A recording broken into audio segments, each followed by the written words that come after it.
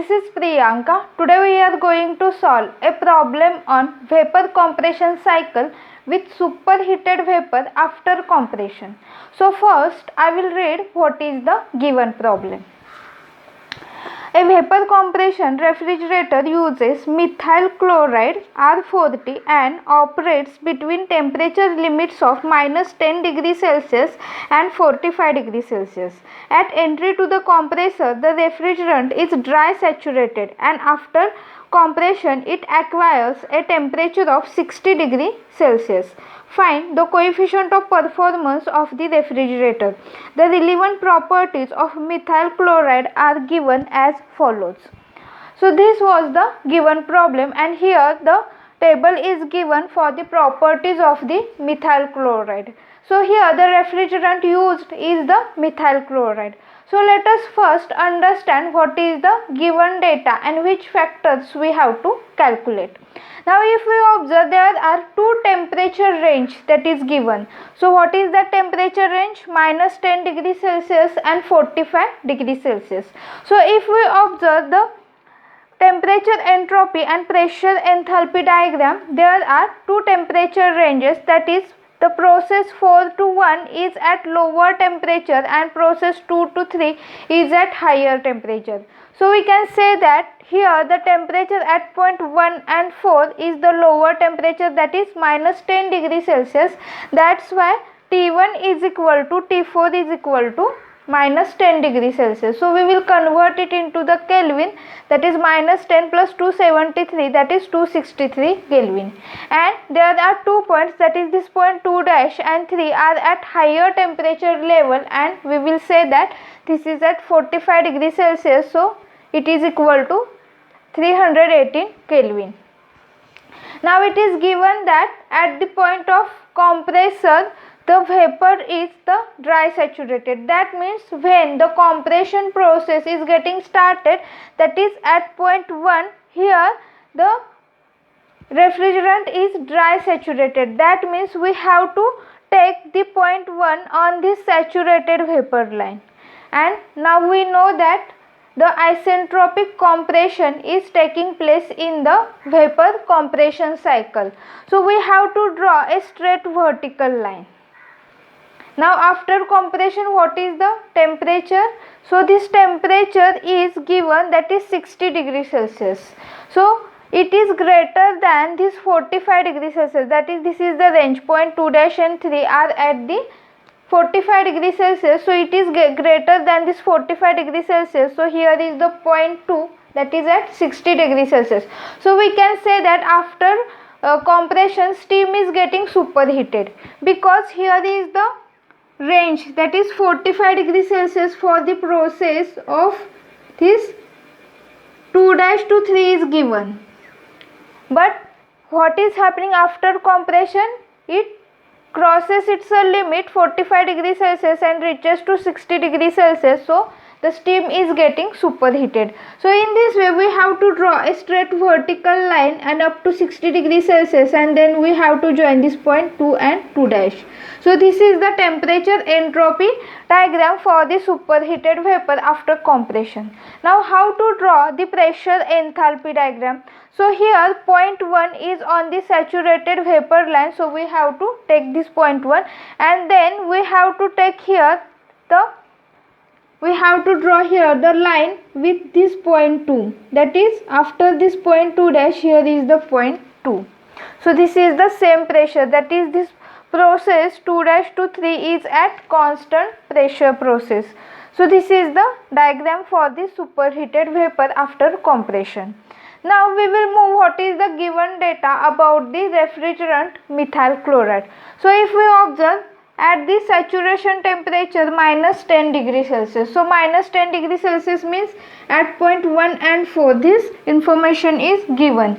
So what is the enthalpy? So enthalpy of liquid and vapor, that means enthalpy for, so here is the enthalpy for the saturated liquid and saturated vapor is given for this point 1 and 4. Now what is the enthalpy for this liquid at -10? So if I extend this point 4 up to the saturated liquid, so here is the point 4, so here is the point. Now for this intersection point I will draw this on the enthalpy. So this is the gap, and now this gap is called as enthalpy at point 4, that is H, and for liquid I will use here F, and here is the point 4. So HF4 is equal to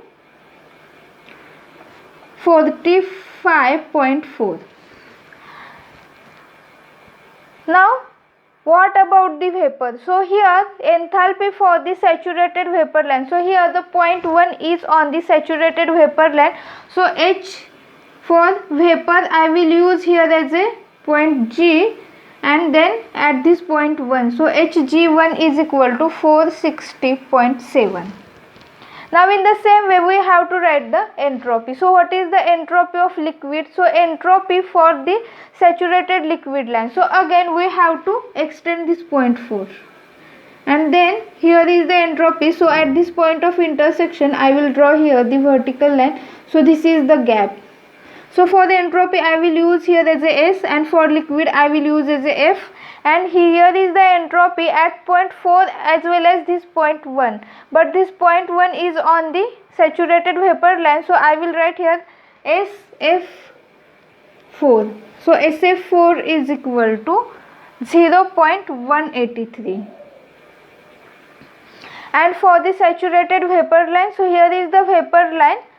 So S for the vapor I will use here as a G, and which point is there, that is point 1 is there. So Hg1 is equal to 1.637. So this data is important. Now we will move for the 45 degrees Celsius. So for 45 degrees Celsius what is the enthalpy? So for 45 degrees Celsius is here the point 2 dash and 3. So this is the upper temperature limit. So for the liquid, that is on saturated liquid, there is the point 3. So for the enthalpy I will use here as a F, H, then for liquid I will use here letter F, and on saturated liquid line there is the point 3. So HF3 is equal to 133.0. Now in the same way, what about the vapor? So on vapor there is the point 2 dash. So again I will use here HF, and 2 dash is there on saturated vapor line. So here 483.6. So this is getting completed. Now we will move for the entropy. So again for entropy for this upper temperature limits. So for liquid, so on saturated liquid line the point 3 is there. So entropy, that is S, for liquid F, and which point is there, that is 3. SF3 is equal to 0.485. Now how we can write the entropy for this 45 degrees Celsius and for the vapor, that is on the saturated vapor line there is the point 2 dash. So for entropy we will use here the letter S, then for the saturated vapor line we will use here as a G, and point 2 dash is on the saturated vapor line. So SG2 dash, which is equal to 1.587. So this is the data from the table. Now we will move for the calculation of coefficient of performance. So what is the formula for the calculation of this COP? So that is equal to H1 minus HF3 divided by H2 minus H1. Now what is the value of H1? So here is the enthalpy at point 1, and which is on the saturated vapor line. So we can say that Hg1. So for this H1 we will use here the Hg1, that is 460.7. Now what is the value of HF3? So this point 3 is on the saturated liquid line. So HF3 is there, that is 133.0. Now what about this H2? Now if we observe, here is the point 2, that is in the superheated state. So here we have to first find out what is the enthalpy at this point 2. So what is the formula for the calculation of this enthalpy, that is H2? So H2 is equal to this H2 dash plus Cp T2 minus T2 dash. So this is the formula. Now if we observe what are the known values and what are the unknown values. Now in this formula H2 dash, that is the enthalpy at this point 2 dash. So if we observe this point is on the saturated vapor line. So we have to find out what is the enthalpy at saturated vapor line, that is